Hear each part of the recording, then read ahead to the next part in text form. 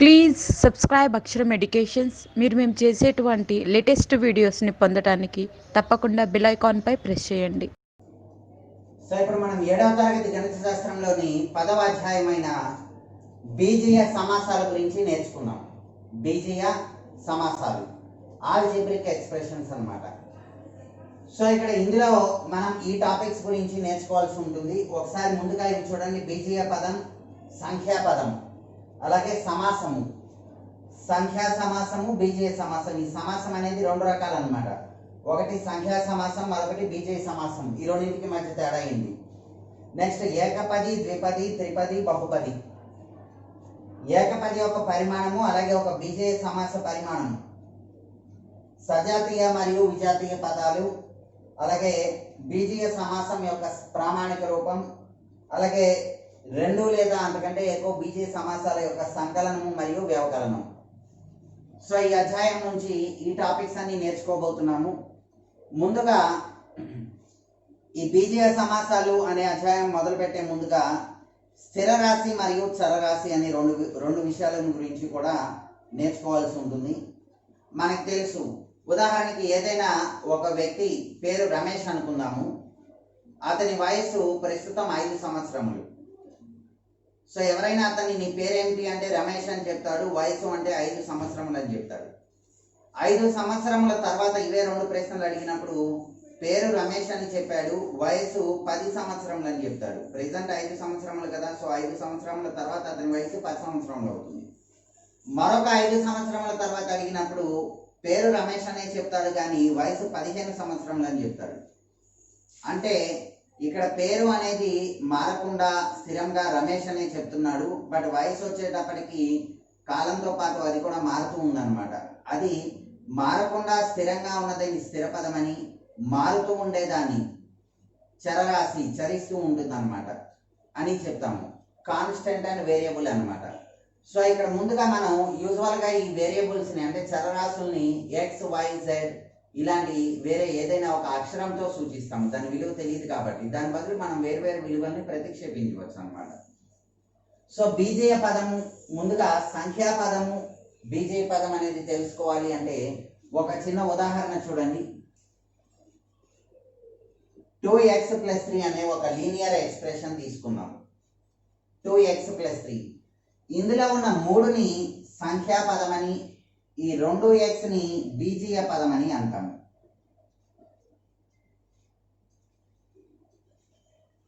రెండు x, ఇందులో x ఉంది కాబట్టి దీన్ని బీజీయ పదము అంటాము. x, y, z ఇలాంటివి ఏదైనా m, n ఏదైనా ఉండొచ్చు అనమాట. ఏది ఏ రకంగా అయినా తీసుకోవచ్చు. కేవలం సంఖ్య మాత్రమే ఉంటే దాన్ని సంఖ్యా పదము అంటాం. సో కేవలం నంబర్ ఉన్నప్పుడు అది పాజిటివ్ అవ్వచ్చు, నెగిటివ్ అవ్వచ్చు, ఏదైనా అవ్వచ్చు. సంఖ్యా పదము అంటే కేవలం సంఖ్య, అంకెలు మాత్రమే, సంఖ్యలు మాత్రమే ఉంటాయి అన్నమాట. అలా కాకుండా ఇలాంటి బీజీయ పదాలు ఉంటే దాన్ని బీజీయ పదము అంటే x, y, z, m, n, a, b ఈ రకంగా ఉన్న వాటిని బీజీయ పదాలు అంటాం. వాటి యొక్క విలువ పూర్తిగా ఇవ్వలేదు అనమాట ఆ బీజీయ పదం అనేది. సో ఇక్కడ సమాసము అన్నప్పుడు ఏమవుతుందంటే ఈ బీజీయ మరియు సంఖ్యా పదాల కలయిక, ఇక్కడ మనం తీసుకున్న 2x + 3నే సమాసము అని చెప్పచ్చు. అంటే సమాసంలో ఎలా ఉంటుంది, రెండు లేదా అంతకంటే ఎక్కువ బీజీయ పదములు లేదా సంఖ్యా పదముల యొక్క సంకలనం లేదా వ్యవకలనాలు ఉంటాయి అన్నమాట. సమాసంలో ప్లస్ లేదా మైనస్ గుర్తులతో ఇటువంటి పదాలన్నీ కలిపి ఉంచినప్పుడు ఇక్కడ 2x + 3 అన్నాం. 2x అనే బీజీయ పదాన్ని 3 అనే సంఖ్యా పదానికి మధ్యలో ప్లస్ అనే గుర్తు రాసాం. ఈ రకంగా కొన్ని పదాలు తీసుకున్నప్పుడు అందులో కొన్ని సంఖ్యా పదాలు, కొన్ని బీజీయ పదాలు ఉన్నప్పుడు వాటిని మధ్యలో ప్లస్ లేదా మైనస్ తో కలుపుతూ రాస్తే దాన్ని ఒక సమాసము అంటాం. సంఖ్యా సమాసము అంటే ఎలా ఉంటుంది, ఇప్పుడు నేను సంఖ్యా సమాసము అంటే కేవలం సంఖ్యలు మాత్రమే ఉన్న సమాసం.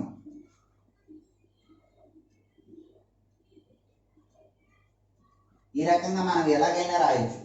ప్లస్ లేదా మైనస్లు ఉపయోగించుకుంటూ రాస్తున్నాము. బట్ మనం రాసే పదాలు అన్నీ సంఖ్యా పదాలే ఉండాలి.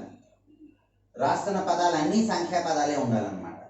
ఇందులో ఏదైనా ఒక బీజీయ పదం కనిపించినప్పటికీ అది బీజీయ సమాసం అయిపోతుంది.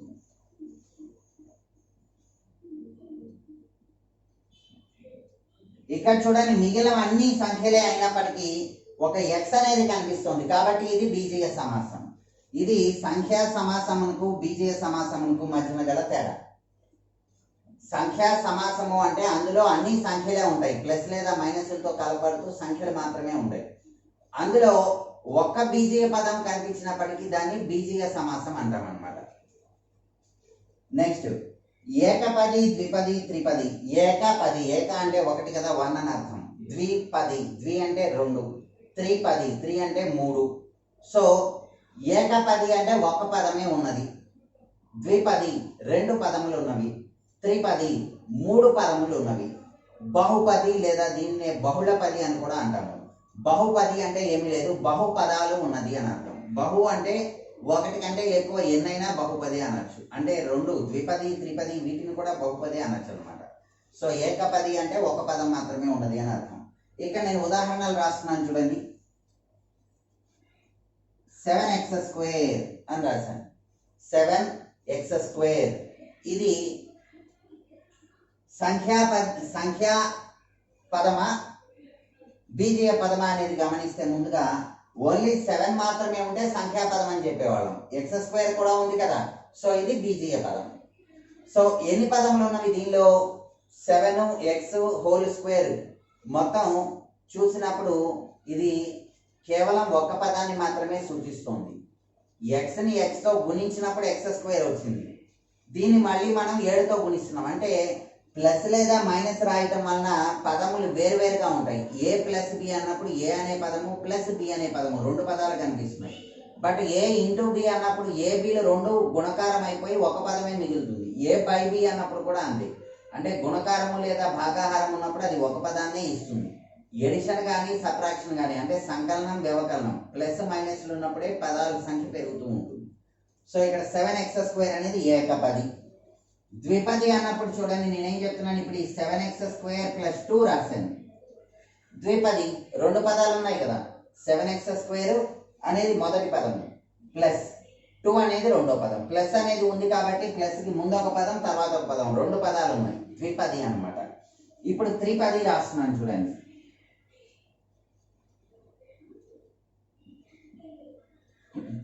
7x² + 2y + 3 అని రాశాను. దీన్ని త్రిపది, మూడు పదములు ఉన్నాయని చెప్పచ్చు.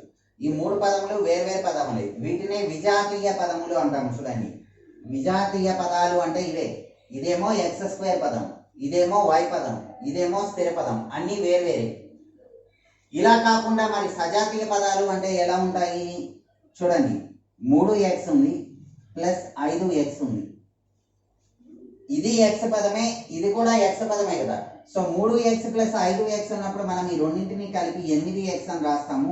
ఏకపది అవుతుంది, ఒక్క పదమే వస్తుంది.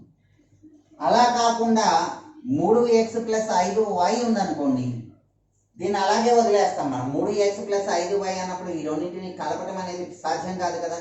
ఇదేమో x పదం, ఇదేమో y పదం, రెండు వేర్వేరు పదాలు కాబట్టి వీటిని కలపలేము. రెండు ఒకే రకమైన పదములైతే, సజాతీయ పదములైతే వాటిని కలిపి రిజల్ట్ అనేది రాయగలుగుతాం. విజాతీయ పదములు ఉన్నప్పుడు ఈ రకంగానే రాస్తాం. దీన్నే సూక్ష్మీకరణ రూపం అంటాం.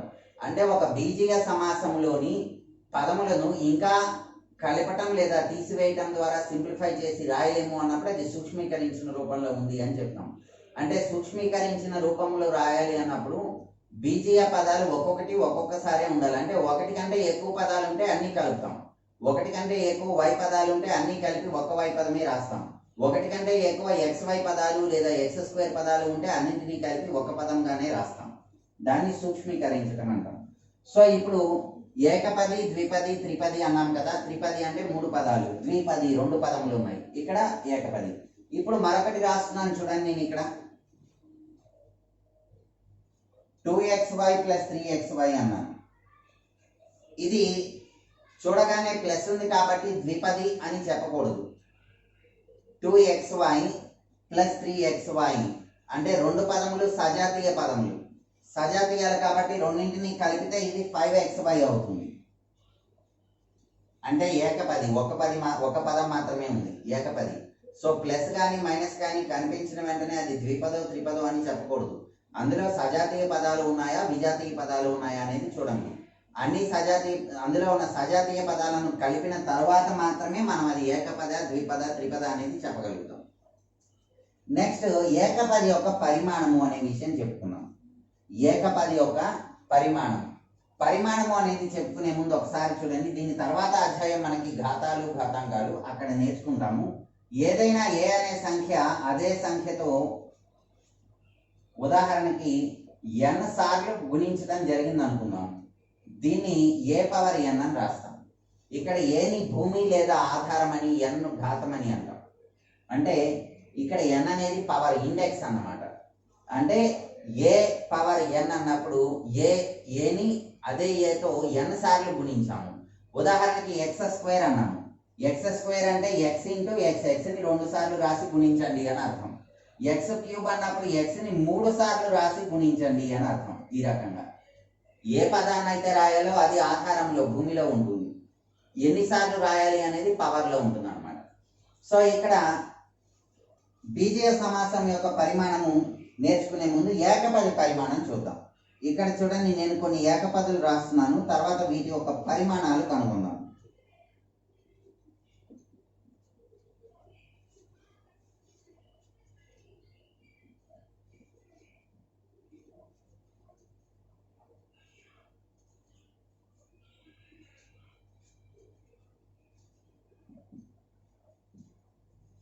ఇక్కడ మొట్టమొదట 7x² అనే ఏకపది రాశాను. 7x². ఇందులో ఉన్న ఈ పవర్ ఘాతం ఉంది చూసారా, 2, ఇది దీని యొక్క పరిమాణం. సో ఈ 7x² అనే ఏకపది యొక్క పరిమాణం ఎంత అంటే 2. మరి 4x³ యొక్క పరిమాణం ఎంత? పవర్లో ఉన్న వాల్యూ ఎంత? 3 కదా. సో 3 అనేది దీని యొక్క పరిమాణం. x⁶. సో దీని యొక్క పరిమాణం 6. 2x. x అంటే x⁴ అని అర్థం కాబట్టి, x అంటే x⁴ అని అర్థం కాబట్టి దీని యొక్క పరిమాణం 1. మరి 3 అన్నప్పుడు ఇది సంఖ్యా సమాసం అయిపోయింది కదా, సంఖ్యాపదం, బీజే పదం కాదు. సో సంఖ్యాపదం 3ని నేను ఎలా రాస్తున్నాను అంటే జాగ్రత్తగా గమనించండి. 3ని 3 ఇంటూ x⁴ రాయొచ్చుగా. ఎనీ నంబర్ పవర్ 0 అంటే ఏ పవర్ 0 అనేది ఇప్పుడు 1కి సమానం. ఇక్కడ ఏ అనేది 0 కాకుండా ఏదైనా వాల్యూ అన్నమాట. సో x⁴ అని రాసినప్పుడు 1 అవుతుంది. నేనేం చెప్పాను, x యొక్క అంటే ఇక్కడ ఉన్న చరరాశి యొక్క ఘాతంలో ఉన్న విలువనే దీని యొక్క పరిమాణం అంటున్నాం. ఇక్కడ చరరాశి x అనేది కనిపిస్తూ ఉంది, ఇక్కడ x లేదు అంటే x⁴లో 0 ఉన్నదని అర్థం. సో దీని యొక్క పరిమాణం 0. 3 అన్నప్పుడు దీని యొక్క పరిమాణం 0.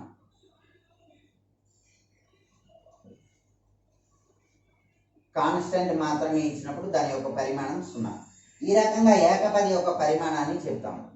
మరి ఏకపది కాదు, బీజీయ సమాసం యొక్క పరిమాణం ఎలా రాయాలో చూద్దాం. ఇప్పుడు బీజీయ సమాసం యొక్క పరిమాణం, ఇక్కడ ఒక బీజీయ సమాసాలని రాస్తున్నాను చూడండి. 2x+3 అనే బీజీయ సమాసం ఉందనుకుందాం. దీని యొక్క పరిమాణము అంటే ఏమీ లేదు, ఈ బీజీయ సమాసంలో ఉన్న అన్ని పదాలకి ముందు పరిమాణాలు కనుగొనండి. ఆ పరిమాణాలన్నింటిలోకి ఏదైతే గరిష్టం మ్యాక్సిమం అవుతుందో అదే దీని యొక్క పరిమాణం, అంటే అత్యధికంగా ఉన్న వాల్యూ.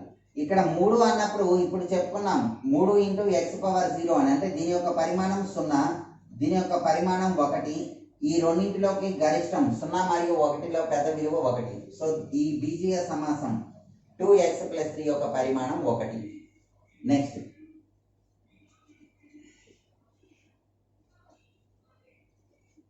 2x² + 7x + 6 అని రాశాను. ఇక్కడ 6 అనే ఏకపదిని చూసినప్పుడు 6 మాత్రమే చూస్తే ఏకపది కదా, ఒక పదం. ఈ 6లో పరిమాణం 0, 7x యొక్క పరిమాణం 1, 2x² యొక్క పరిమాణం 2. సో ఇక్కడున్న పరిమాణాలు 0, 1, 2. వీటిలో గరిష్టం అతి పెద్దది 2 కాబట్టి ఈ బీజీయ సమాసం యొక్క పరిమాణం 2. ఈ రకంగా ఒక బీజీయ సమాసం యొక్క పరిమాణం అనేది ఆ బీజీయ సమాసంలో ఉన్న చరరాశులన్నింటి యొక్క పరిమాణాల్లో గరిష్టం. అయితే ఈ పరిమాణం చెప్పుకున్నప్పుడు ఇక్కడ మనం ఒక వేరియబుల్ ఉన్నవే చెప్పాం కదా, అలా కాదు, ఇప్పుడు 2 వేరియబుల్స్ ఉన్నవి చూద్దాం. అంటే x × y ఈ రకమైన పదాలకు ఎలా రాస్తామో చూద్దాం. చూడండి, ఇక్కడ 3xy, నెక్స్ట్ x²y³ x⁴y3 ఈ రకంగా కొన్ని పదాలు ఉన్నాయి అనుకుందాం. వీటి యొక్క పరిమాణాలు ఎలా కనుగొనాలి? మరి సో చూడగానే X Y X square Y cube X power 4 Y cube 4 into ఏకపదులే. ఇటువంటి ఏకపదుల యొక్క పరిమాణం ఇంతకుముందు ఎక్స్ పవర్ 2 ఎక్స్ పవర్ 6 ఉంటే డైరెక్ట్గా పవర్లో ఉన్న వాల్యూ తీసేసుకున్నాం. కానీ ఇక్కడ రెండు వేరియబుల్స్ ఉన్నాయి. ఇలా ఉన్నప్పుడు ఏం చేయాలి అంటే చూడండి, ఇక్కడ మనకి ఎక్స్ వై అని ఉన్నది కదా, ఎక్స్ పవర్లో 1 ఉన్నది, వై పవర్లో 1 ఉన్నది. ఈ రెండింటి మొత్తం 1 + 1 2, 1 + 1 2 అనేది పరిమాణం అన్నమాట. మరి దీని యొక్క పరిమాణం ఎంత? ఎక్స్ పవర్లో 2 వై పవర్లో 3 ఉన్నది కదా. సో 2 + 3 5 అనేది దీని యొక్క పరిమాణం. ఇక్కడ చూడండి, ఎక్స్ పవర్లో 4 ఉంది, వై పవర్లో 3 ఉంది. అంటే 4 + 3 7 అనేది దీని యొక్క పరిమాణం. ఇలా 1 కంటే ఎక్కువ పదాలు ఉన్నప్పుడు, అంటే 1 కంటే ఎక్కువ చరరాశులు ఉన్నప్పుడు వాటి యొక్క లబ్ధాల్లో నుంచి మనం పరిమాణం కనుగొనాలి అంటే ఇందులో ఉన్న చరరాశుల యొక్క పరిమాణాల మొత్తం అనేది ఈ బీజీయ సమాసం యొక్క పరిమాణం అవుతుంది, ఏకపది లేదా బీజీయ సమాసం. సో ఈ రకంగా చూసిన పరిమాణాలు అన్నింటిలోకి ఎక్కువగా ఉన్న విలువ అంటే గరిష్ట విలువని ఆ బీజీయ సమాసం యొక్క పరిమాణము అంటామన్నమాట. సజాతీయ విజాతీయ పదాలు చెప్పుకున్నాము. సజాతీయ పదాలు కనిపించినప్పుడు వాటిని కలిపి లేదా ప్లస్ లేదా మైనస్ గుర్తులు ఇస్తారు కదా. ఆ ఏ సంకలనం ఆ వ్యవకలనం ఏది ఇస్తే ఆ కాన్సెప్ట్ అప్లై చేసి సింప్లిఫై చేసి 2 లేదా అంతకంటే ఎక్కువ సజాతీయ పదాన్ని ఒకే పదం వచ్చే విధంగా రాసుకోవాలి. విజాతీయ పదాలని కలపలేము. ఒక ఎక్స్ని ఒక వైని ఇచ్చి కలపమన్నప్పుడు ఎక్స్ ప్లస్ వై రాసి వదిలేస్తాం, అందుకు మించి సింప్లిఫై చేయలేము. నెక్స్ట్ ప్రామాణిక రూపము. ప్రామాణిక రూపము అంటే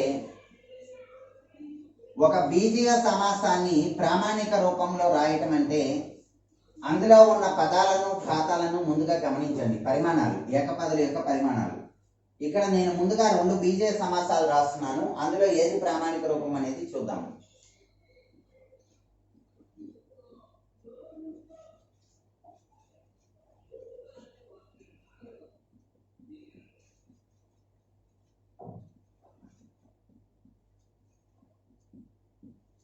ఈ రకంగా నేను రాశాను. చూడగానే ఈ 3 సమానమే, మూడింది ఒక మొత్తమే కదా.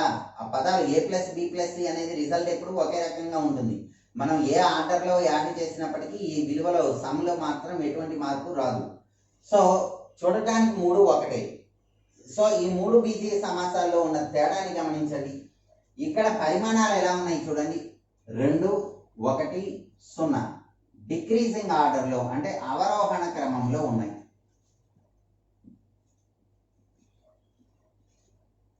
సో ఒక బీజీయ సమాసములోని పదముల యొక్క పరిమాణాలు అనేవి అవరోహణ క్రమంలో ఉన్నాయి. ఇలా ఉన్న బీజీయ సమాసాన్ని దాని యొక్క ప్రామాణిక రూపము అంటాం. ప్రామాణిక రూపం, స్టాండర్డ్ ఫామ్ అన్నమాట. మరి ఇక్కడ చూసినప్పుడు ఎలా ఉంది? ముందు పవర్లో అంటే ఘాతాంకాలు చూసినప్పుడు 3x అంటే x పవర్ 1, 7 అంటే 0, ఇక్కడ 2 అవరోహణ క్రమంలో లేదు కాబట్టి ఇది ప్రామాణిక రూపం కాదు. బట్ మనం మార్చుకోవచ్చు. సో మనకి ఇటువంటి బీజీయ సమాసాలు ఏవైనా ఇచ్చినప్పుడుగా ముందుగా వాటిని ప్రామాణిక రూపంలోకి మార్చుకోవాలి. అంటే ముందు ఎక్కువ ఘాతాంకం ఉన్న పదం, తర్వాత గ్రాడ్యువల్గా డిక్రిమెంట్ అంటే అవరోహణ క్రమం వచ్చేట్టు రాసుకోవాలి. ఇక్కడ కూడా చూడండి 0 2 1 ఇలా ఉన్నప్పుడు వీటిని ప్రామాణిక రూపం మనము అన్ని ప్లస్లు లేదా మైనస్లే కాబట్టి వీటి యొక్క ఆర్డర్ని మనం చేంజ్ చేసుకోవచ్చు. చేంజ్ చేసుకుని ఇలా ప్రామాణిక రూపంలో రాసుకుని అప్పుడు ప్రాబ్లం అనేది కాన్సెప్ట్ ఇచ్చిన సిమిలర్ టర్మ్స్ని అంటే సజాతీయ పదాన్ని కలపటం ఇటువంటి క్యాలిక్యులేషన్స్ అన్ని చేస్తాం. సో ప్రామాణిక రూపము అంటే ఈ బీజీయ సమాసములోని పదముల యొక్క ఘాతాంకాలు ఉన్నాయి చూసారా, పవర్స్, అవి అవరోహణ క్రమంలో ఉండేట్లు రాయాలి. అంటే వేరియబుల్కి ఎక్కువ పవర్ ఎక్కడైతే ఉందో అది ముందు రాయాలి. ఆ తర్వాత మిగిలిన పవర్స్లోకి ఎక్కువ పవర్ ఏది ఉందో అది రెండో పదంలో రాయాలి. ఈ రకంగా. నెక్స్ట్ బీజీయ సమాసాల యొక్క సంకలనం వ్యవకలనం ఉన్నది కదా, ప్రాబ్లమ్స్ సహాయంతో చేద్దాము. సంకలనం అన్నప్పుడు సజాతీయ పదాలని మాత్రమే కలుపుతాం అన్నమాట. వ్యవకలనం కూడా అంతే. వ్యవకలనము అంటే ఎడిషన్ ఆఫ్ నెగిటివ్ టర్మ్ కదా. సో ఇప్పుడు కొన్ని ప్రాబ్లమ్స్ చూద్దాము. ఇప్పటివరకు మనం చెప్పుకున్న కాన్సెప్ట్కి సంబంధించి కొన్ని ప్రాబ్లమ్స్ చూద్దాము.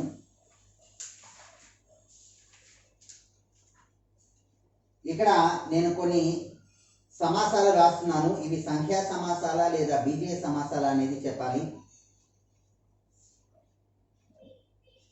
X plus 1 3m square minus 13 plus 16. ఈ రకంగా కొన్ని ప్రాబ్లమ్స్ ఇచ్చారు ఇక్కడ.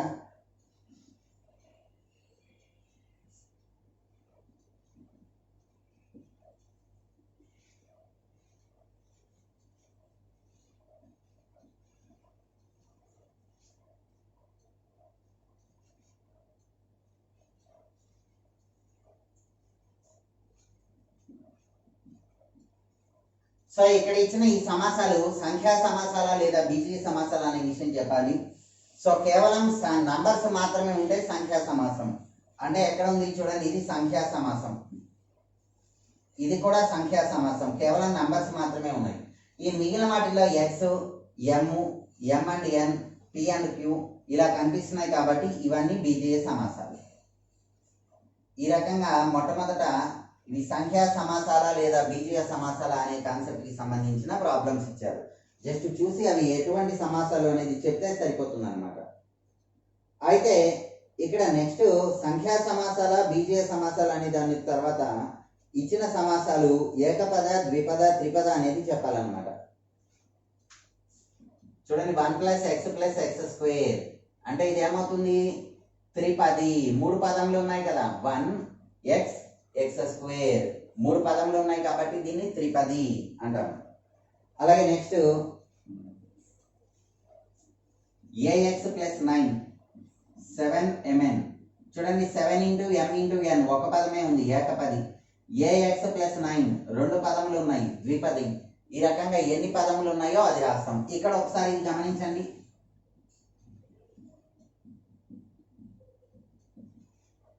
2x + 7 + 3x square - x. చూడగానే 4 పదాలు ఉన్నాయి అనుకోవద్దు. ఇందులో సజాతీయ పదాలు ఏమైనా ఉంటే వాటిని కలపాలి కదా. సో ముందుగా దీన్ని ప్రామాణిక రూపంలో కూడా రాస్తున్నాను. హైయెస్ట్ పవర్ అనేది 2 కదా, సో ముందు 3x స్క్వేర్ రాశాను. 2x - x అంటే 2x నుండి ఒక x తీసిపోయింది, ఇంకొక x మిగిలింది, +7. ఇది ప్రామాణిక రూపం. ఇప్పుడు చూడండి, 7 అనే పదము సంఖ్యా పదం, x పదం, x స్క్వేర్ పదం అన్ని విజాతీయ పదాలే. ఎన్ని ఉన్నాయి, 3 పదములు ఉన్నాయి కాబట్టి ఇది త్రిపది. నెక్స్ట్ వీటి యొక్క పరిమాణాలు కూడా ఇప్పుడు నేర్చుకున్నాం కదా. ఇక్కడ కొన్ని సమస్యలు చేద్దాం చూడండి. -xy² పరిమాణము ఎంత? చూడండి, మైనస్ అనేది గుర్తు, కోఎఫిషియంట్ అవసరం లేదు మనకి. ఇక్కడ x × y². x అంటే x పవర్ లో 1 ఉందని అర్థం. అలాగే y² y పవర్ లో 2 ఉన్నది. ఈ రెండింటి యొక్క మొత్తం 3 అనేది దీని యొక్క పరిమాణం అవుతుంది. 1 + 2 3. నెక్స్ట్ ఇలాగే మరికొన్ని problems. xy² z². xy² z². Next -5pq².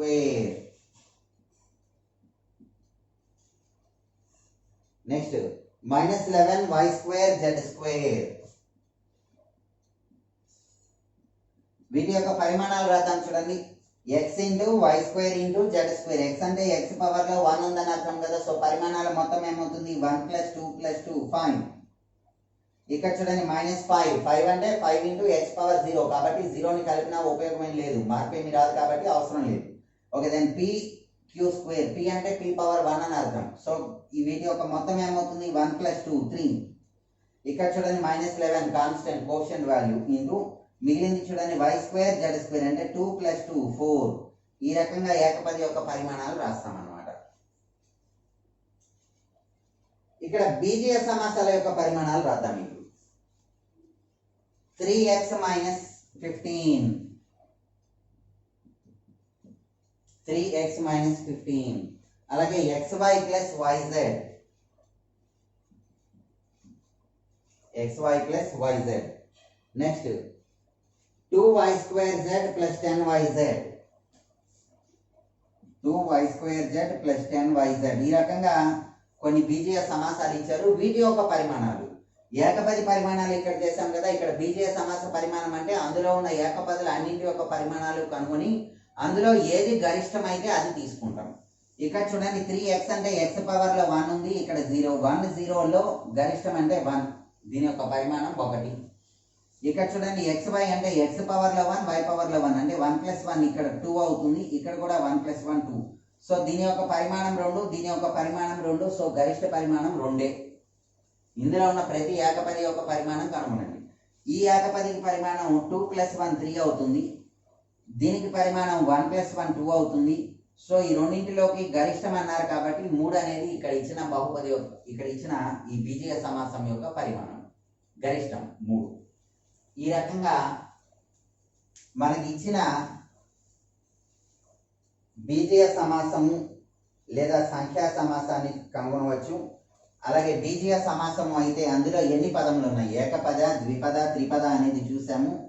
అలాగే ఏకపది యొక్క పరిమాణం చూసాము. తర్వాత బీజీయ సమాసం యొక్క పరిమాణము, అలాగే బీజీయ సమాసాన్ని ప్రామాణిక రూపంలో కూడా రాశాము. ప్రామాణిక రూపం అంటే పరిమాణాల అవరోహణ క్రమం అన్నమాట.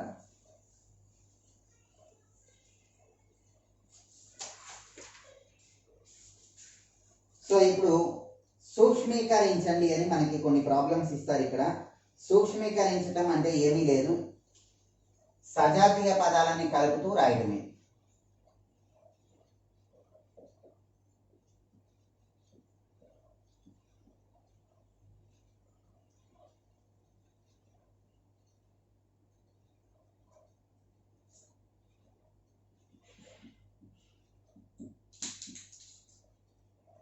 ఇక్కడ మొదటి ప్రాబ్లం చూడండి. 3m + 12m - 5mను సూక్ష్మీకరించి వ్రాయండి. సూక్ష్మీకరించడం అంటే సింప్లిఫై చేయాలి, వీలైనంత సింపుల్గా రాయాలన్నమాట.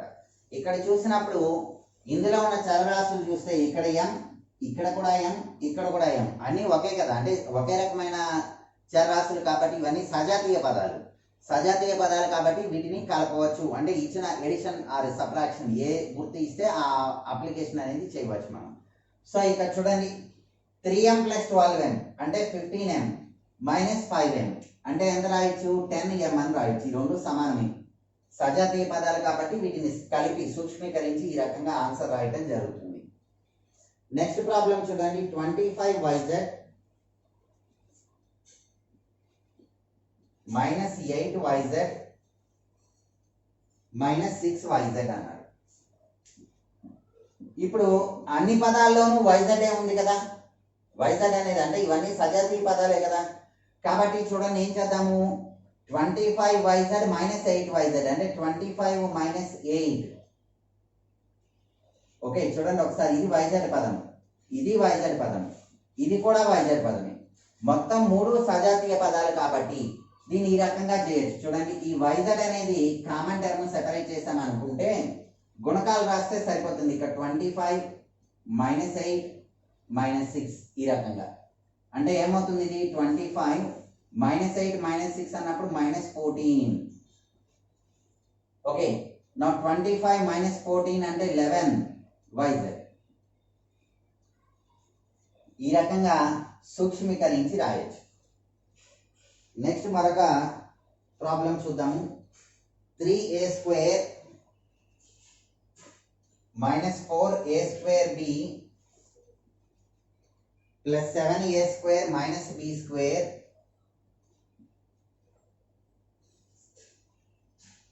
- ab.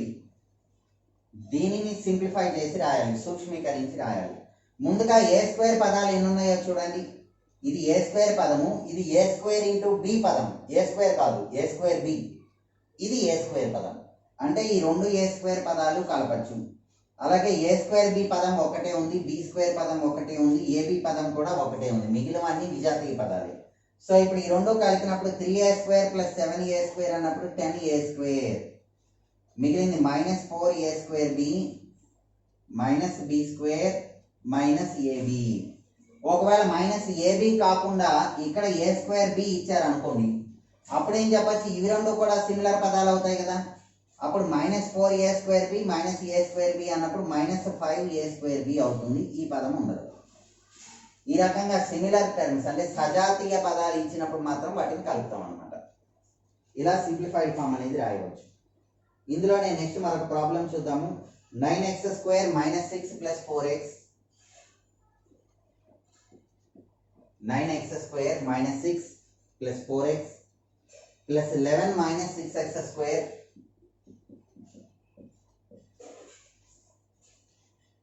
Minus 2x plus 3x square minus 2. దీన్ని సూక్ష్మీకరించి రాయాలి. సో ఈ పదాలను గమనించగానే ఇందులో x స్క్వేర్ పదాలు ఉన్నాయి, x పదాలు ఉన్నాయి, కాన్స్టెంట్లు ఉన్నాయి కదా. x స్క్వేర్లు అన్నీ కలపండి, x పదాలు అన్నీ కలపండి, కాన్స్టెంట్స్ అన్నీ కలపండి, సజాతీయ పదాలు. సో x స్క్వేర్ పదాలు చూస్తే 9x స్క్వేర్ విడిగా రాస్తున్నాను చూడండి. 9x square minus 6x square plus 3x square. ముందుగా x స్క్వేర్ పదాలు రాశాను. ప్లస్ x పదాలు చూడండి 4x మైనస్ 2x రెండే ఉన్నాయి. ఇప్పుడు కాన్స్టెంట్స్ చూడండి మైనస్ 6 ప్లస్ 11 అంటే 11 మైనస్ 6 మైనస్ 2. ఈ రకంగా కాన్స్టెంట్స్ ఉన్నాయి. సో ఇప్పుడు కలిపితే ఏమవుతుంది? 9x square minus 6x square అన్నప్పుడు 9 minus 6 3x square plus 3x square అంటే 6x స్క్వేర్. x పదాలు 4x మైనస్ 2x అంటే ప్లస్ 2x ప్లస్ 4 మైనస్ 2 కదా. 11 minus 6 minus 2 minus 6 minus 2 minus 8 కదా, అంటే 11 మైనస్ 8 అన్నప్పుడు 3. ఈ రకంగా దీన్ని సూక్ష్మీకరించి రాయడం అనేది జరుగుతుంది. సో సూక్ష్మీకరించడం అన్నప్పుడు ఇందులో ఉన్న సజాతీయ పదాలను కలుపుతాం. ఏదైనా ఒక సమాసంలో ఏ రెండు పదాలు సజాతీయ పదాలు కావనుకోండి, అప్పుడు అవి ప్రామాణిక రూపం సూక్ష్మీకరించిన రూపంలోనే ఉన్నవి అని చెప్తాం అన్నమాట. అన్ని విజాతీయ పదాలే అయితే ఇంక వాటిని కలపడానికి సింప్లిఫై చేయడానికి అవకాశం ఏమీ లేదు. ఎక్స్ ప్లస్ వై ఉదాహరణకి ఏ స్క్వేర్ ప్లస్ బి స్క్వేర్, ఏ స్క్వేర్ని బి స్క్వేర్ని కలపలేము, అలా వదిలేయటమే. ఏ స్క్వేర్ ప్లస్ బి స్క్వేర్ అని రాసి వదిలేస్తాం. అలా అన్ని విజాతీయ పదాలు అయితే కలుపుతాం. సజాతీయ పదాలు ఉంటే విజాతీయ పదాలు ఉంటే అలా వదిలివేయటమే. అది సూక్ష్మీకరించిన రూపంలోనే ఉన్నదని అర్థం. నెక్స్ట్ ఇప్పుడు కొన్ని ప్రాబ్లమ్స్ చేద్దాం చూడండి.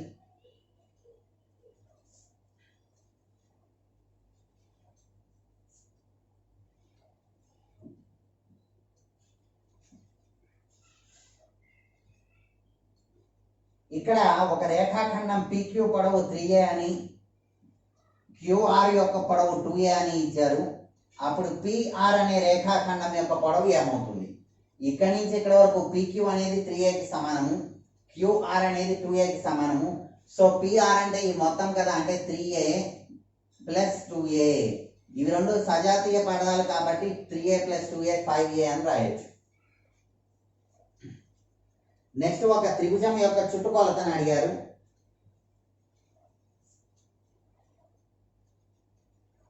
టూ ఎక్స్ 5x 6x అనేవి ఈ త్రిభుజం యొక్క భుజాల పొడవులు. ఇప్పుడు దీని యొక్క చుట్టుకొలత ఎంత అన్నారు. చుట్టుకొలత అన్నప్పుడు మూడు భుజాల పొడవుల మొత్తమే కదా. So 5x plus 2x plus 6x ఈ మూడింటి మొత్తమేగా. మూడు భుజముల పొడవుల మొత్తాన్ని చుట్టుకొలత అంటాం మనం. So 5 plus 2 7 plus 6 13x. అన్ని సజాతీయ పదములే, ఎక్స్లోనే ఉన్నది కాబట్టి మూడింటిని కలిపినప్పుడు చుట్టుకొలత అనేది రావటం జరుగుతుంది. నెక్స్ట్ ఒక దీర్ఘచతురస్రం చుట్టుకొలత అడిగారు. దీర్ఘచతురస్రం యొక్క పొడవు 3x వెడల్పు 2x. దీని యొక్క చుట్టుకొలత 2 ఇంటూ పొడవు ప్లస్ వెడల్పు కదా. దీర్ఘచతురస్రం చుట్టుకొలత అంటే 2 ఇంటూ పొడవేమో 3x ప్లస్ వెడల్పేమో 2x. అంటే ఏమవుతుంది? 2 ఇంటూ 3x ప్లస్ 2x అన్నప్పుడు 5x. దీన్ని 2తో గుణిస్తే 2 ఇంటూ 5 10x అనేది మనకి కావాల్సిన దీర్ఘచతురస్రం యొక్క చుట్టుకొలత అవుతుంది. అలాగే ఇక్కడ సూక్ష్మీకరించడానికి సంబంధించి కొన్ని ప్రాబ్లమ్స్ ఇచ్చారు, అవి చూద్దాము. ఇచ్చిన బీజీయ సమాసాలను సూక్ష్మీకరించి రాయాలన్నమాట. 4x plus x minus x square, 4x plus x minus 2x square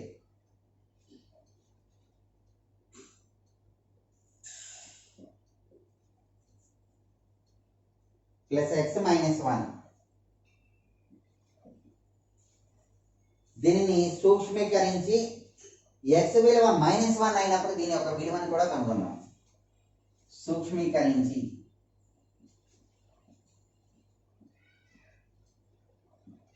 x is equal to -1 అయిన దాని యొక్క విలువ ఎంత అనేది కూడా అడిగారు. విలువ కనుగొనండి. సో ముందుగా ఇచ్చిన బీజీయ సమాసాన్ని సూక్ష్మీకరించి రాద్దాము. ఆ తర్వాత అందులో x విలువ -1 అయినప్పుడు ఆ బీజీయ సమాసం యొక్క విలువ ఎంత అవుతుంది అనేది కనుగొనాలి. సో ఇక్కడ సూక్ష్మీకరించడం అనే విషయానికి వచ్చేటప్పటికి చూడండి, ఇక్కడ ఏమి ఇచ్చారు, 4x + x - 2x² + x - 1 అని ఇచ్చారు కదా. ఇందులో సజాతీయ పదాలన్నింటినీ ముందుగా కలుపుకోవాలి. సజాతీయ పదాలంటే 4x + x 5x + x అంటే 6x - 2x² - 1. మరి దీన్ని ప్రామాణిక రూపంలో ఎలా రాస్తాము, -2x² + 6x - 1 అని ప్రామాణిక రూపంలో రాస్తాము. x విలువ -1 అయినా అప్పుడు ఏమవుతుంది చూడండి, -2 x విలువ -1 కదా, x ఉన్న చోట -1 ప్రతిక్షేపించండి. అంటే -2 -1² అంటే +1 కదా, +6 × -1 అంటే +(-) -6 × 1 6.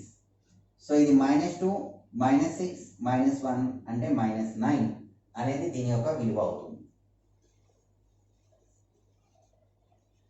అలాగే మరొక ప్రాబ్లం చూద్దాము. x is equal to 1 y is equal to 2 అయినా, x is equal to 1 y is equal to 2 అయినా ఇక్కడ ఇచ్చిన బీజీయ సమాసాల యొక్క విలువలు కనుగొనాలి. ఇందులో మొదటిది 4x - 3y + 5. 4x - 3y + 5 అన్నారు. అంటే 4 × x అంటే ఎంత, 1 -3 × y అంటే 2 + 5 అన్నమాట. 4 × 1 -3 × 2 6 + 5 అంటే 4 -6 + 5 అంటే -1 కదా. 4 - 1 3 అనేది దీని యొక్క విలువ ఇచ్చిన xy విలువలకి. ఈ రకంగా మనకి ఇచ్చిన బీజీయ సమాసాలని సూక్ష్మీకరిస్తూ వాటి యొక్క విలువల్ని తెలుసుకోవచ్చు అన్నమాట.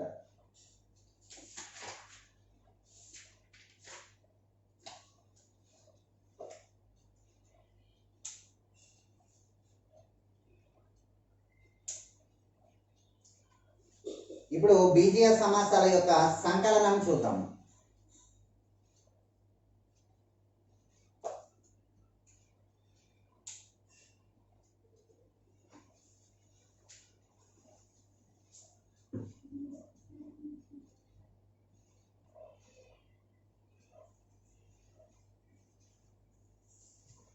సో బీజీయ సమాసాల యొక్క సంకలనం అనేది రెండు రకాలుగా చేయొచ్చు. ఒకటి నిలువు వరుస పద్ధతి, 2 అడ్డు వరుస పద్ధతి అన్నమాట. సో ఇక్కడ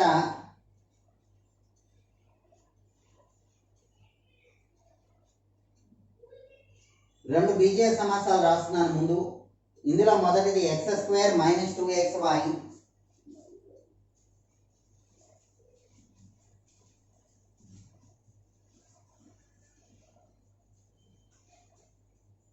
సో బీజీయ సమాసాల యొక్క సంకలనం చూద్దాం. ముందుగా మొదటిది x² - 2xy + 3y².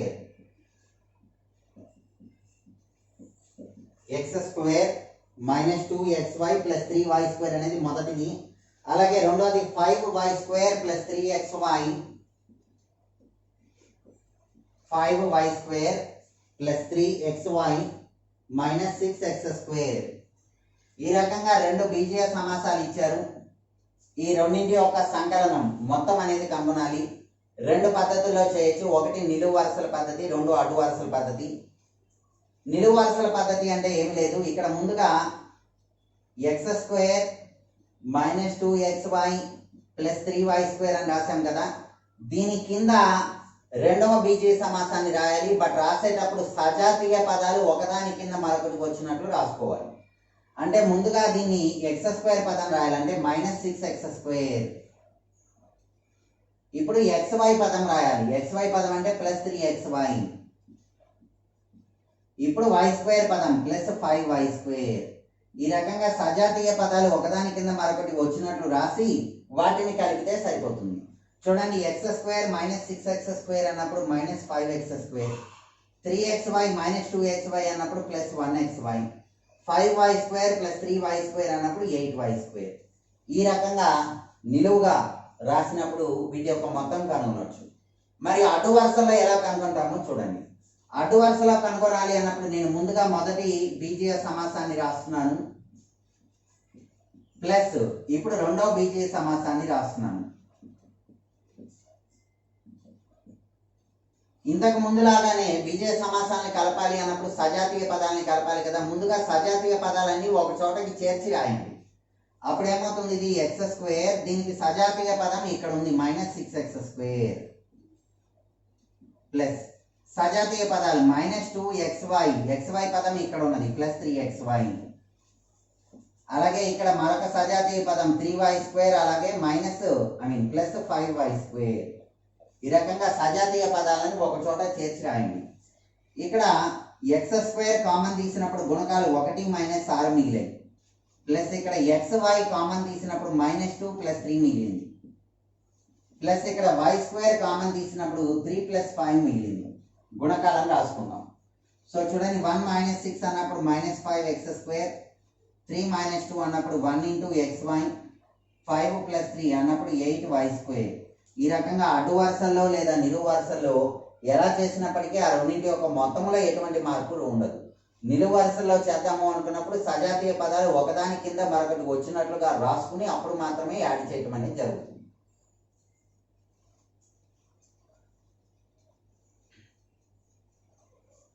అలాగే ఇప్పుడు వ్యవకలనం ఎలాగో చూద్దాము. ఇదే ప్రాబ్లం విషయంలో x² -2xy + 3y² అనేది మొదటిది. ఇందులో నుంచి రెండవ బీజీయ సమాసాన్ని తీసివేయటం జరగాలి. వ్యవకలనం, సబ్ట్రాక్షన్ చేద్దాం. వ్యవకలనము అంటే ఉదాహరణకి 5 నుంచి 3 తీసివేయండి అంటే 5కి -3 కలపటమే కదా. -3ని 3 యొక్క సంకలన విలోమం అంటాం. సో ఒక బీజీయ సమాసం యొక్క సంకలన విలోమాన్ని కలపటం అన్నమాట. అంటే ఉదాహరణకి ఇలా x² + 2x + 1 అనే ఒక బీజీయ సమాసం ఉంది. దీని యొక్క సంకలన విలోమం ఏమవుతుంది, -x² - 2x - 1. అంటే ఏమీ లేదు, ఇచ్చిన బీజీయ సమాసానికి ఏ బీజీయ సమాసాన్ని కలిపినప్పుడు దాని యొక్క మొత్తము విలువ 0 అవుతుందో దాన్ని దీని యొక్క సంకలన విలోమం అంటాం. అంటే సేమ్ టర్మ్స్ ఉండాలి, బట్ విత్ ఆపోజిట్ సైన్స్ అన్నమాట. ప్లస్ ఉంటే మైనస్ రాస్తాం, మైనస్ ఉంటే ప్లస్ రాస్తాం. సో వ్యవకలనము అంటే సంకలన విలోమాన్ని కలపటాన్ని వ్యవకలనం అంటాం. అంటే 3 తీసివేయండి అంటే -3 కలపండి అని అర్థం. ఓకే, ఇప్పుడు మొదటి దీని నుంచి రెండవ సమాసాన్ని తీసివేయాలి. ముందుగా మొదటి బీజీయ సమాసాన్ని ఇలా రాశాను. ఇప్పుడు రెండవ బీజీయ సమాసం ఇక్కడ కూడా కూడిక అంటే సంకలనం లాగానే సజాతీయ పదాలు ఒకదాని కింద మరొకటి వచ్చినట్లుగా రాసుకోవాలి. సో -6x² + 3xy + 5y² రాయటం జరిగింది. ఇంతకు ముందు సంకలనం చేశాను, ఇప్పుడు వ్యవకలనం చేస్తున్నాను, తీసివేయక. వ్యవకలనం అన్నప్పుడు ఏం చేయాలి, ముందుగా రెండవ బీజీయ సమాసానికి గుర్తులు మార్చండి. అంటే సంకలన విలోమం కనుగొని అప్పుడు కలిపితే సరిపోతుంది. అంటే 3 తీసివేయమన్నారు, నేను -3 కలుపుతున్నాను, ఏదైనా ఒకటే కాబట్టి. గుర్తులు మార్చడం అంటే -6 అనేది ఇది ప్లస్ అవుతుంది, +3xy -3xy అవుతుంది, +5y² అనేది -5y² అవుతుంది. ఇప్పుడు ఈ రెండు కలపండి. x² + 6x² అన్నప్పుడు 7x², -2xy -3xy -5xy, 3y² -5y² -2y². ఈ రకంగా బీజీయ సమాసాల యొక్క వ్యవకలనం అనేది చేయవచ్చు. అడ్డు వరుస పద్ధతిలో కూడా ఇదే విధంగా చేయవచ్చు. అప్పుడు -1/2 అని సెకండ్ బీజీయ సమాసాన్ని బ్రాకెట్లో రాసుకుంటాము. మైనస్తో మల్టిప్లై చేసినప్పుడు గుర్తులు మారుతాయి, సజాతీయ పదాలు కలుపుకోవాల్సి ఉంటుంది. సో ఇప్పుడు మరొక ప్రాబ్లం చూద్దాము. ఇక్కడ ఒక దీర్ఘచతురస్రం యొక్క చుట్టుకొలత కనుగొనాలి. ఈ దీర్ఘచతురస్రం యొక్క భుజములు ఎలా ఇచ్చారంటే పొడవు మరియు వెడల్పులు. పొడవు 6x + y, వెడల్పు 3x - 2y అన్నారు. అప్పుడు దీని యొక్క చుట్టుకొలత ఏమవుతుంది, దీర్ఘచతురస్రం చుట్టుకొలత అంటే 2 × పొడవు + వెడల్పు కదా. అంటే 2 × పొడవు ఎంత ఇచ్చారు, 6x + y ఇచ్చారు, ప్లస్ వెడల్పు ఎంత ఇచ్చారు, 3x - 2y ఇచ్చారు. అంటే 2 × చూడండి 6x plus why plus 3x minus 2y అంటే x పదం 2 సార్లు y పదం 2 సార్లు ఉంది. సజాతీయ పదాలు కదా, వాటిని కలిపి సింగిల్ టర్మ్ వచ్చేట్టు రాద్దాం.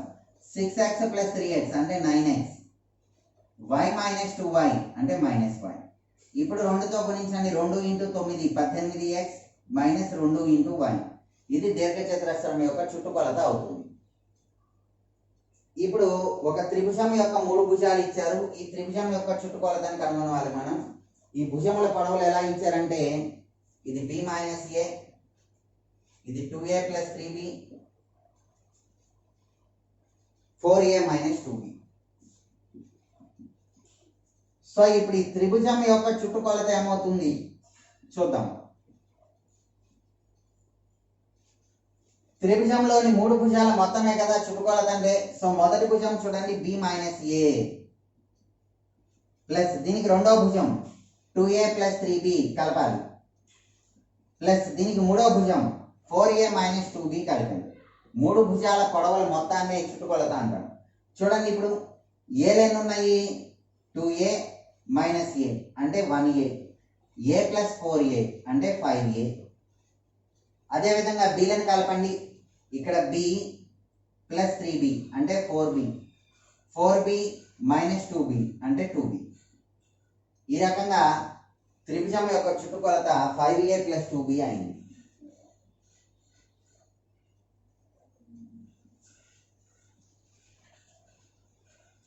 సో బీజీయ సమాసాలను కలపటం అన్నప్పుడు ఏమీ లేదు, సజాతీయ పదాలని మాత్రమే కలిపితే సరిపోతుంది అన్నమాట. ఇక్కడ మరొక ప్రాబ్లం చూద్దాము. 6x square minus 8xy minus y square. 6x square minus 8xy minus y square మరియు 2xy minus 2y square minus x square.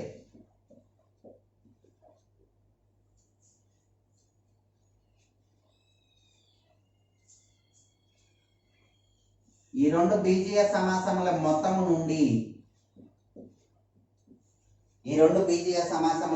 నుండి x square minus 5xy plus 2y square మరియు y square minus 2xy minus 3x square ల మొత్తాన్ని తీసివేయండి.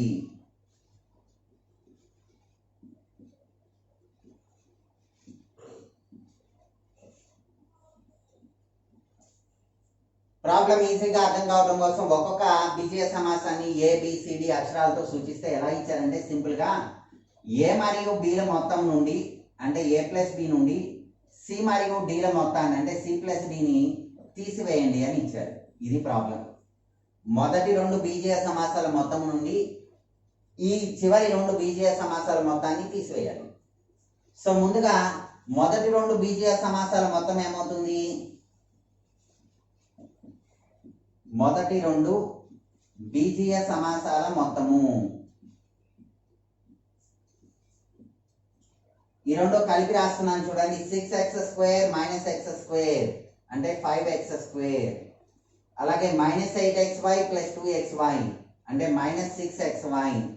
ఇక్కడ చూడండి minus y square minus 2y square అంటే minus 3y square. అటు వరుస పద్ధతిలో కలిపామన్నమాట. ఇప్పుడు చివరి 2 బీజీయ సమాసాల మొత్తం చూస్తున్నాను. చివరి 2 బీజీయ సమాసాల మొత్తం ఈ రెండు కలపండి. x square minus 3x square అంటే minus 2x square, minus 5xy minus 2xy minus 7xy, minus 5 minus 2 minus 7, అలాగే 2y square plus y square 3y square. Okay, మొదటి 2 బీజీయ సమాసాల మొత్తం కనుగొన్నాను, చివరి 2 బీజీయ సమాసాల మొత్తం కనుగొన్నాను. ఇందులో నుండి ఇది తీసివేయాలి. తీసివేయాలన్నప్పుడు వ్యవకలనం అంటే ఏం చెప్పాను? ముందుగా దీని యొక్క సంకలన విలోమం రాయాలి, అంటే గుర్తులు మార్చాలి. మైనస్ ప్లస్ అవుతుంది, ప్లస్ మైనస్ అవుతుంది. ఇప్పుడు కలపండి. 5x square plus 2x square 7x square -6xy + 7xy అంటే 7xy - 6xy అంటే ఇంకా ఒక xy మిగులుతుంది. -3y² - 3y² - 6y². ఇదే మనకి కావాల్సిన ఆన్సర్ అన్నమాట.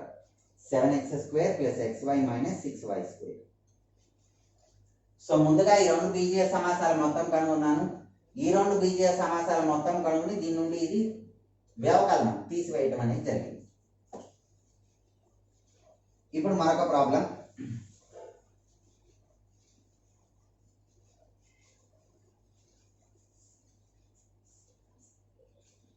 వన్ ప్లస్ 2x - 3x² కు ఎంత కలిపితే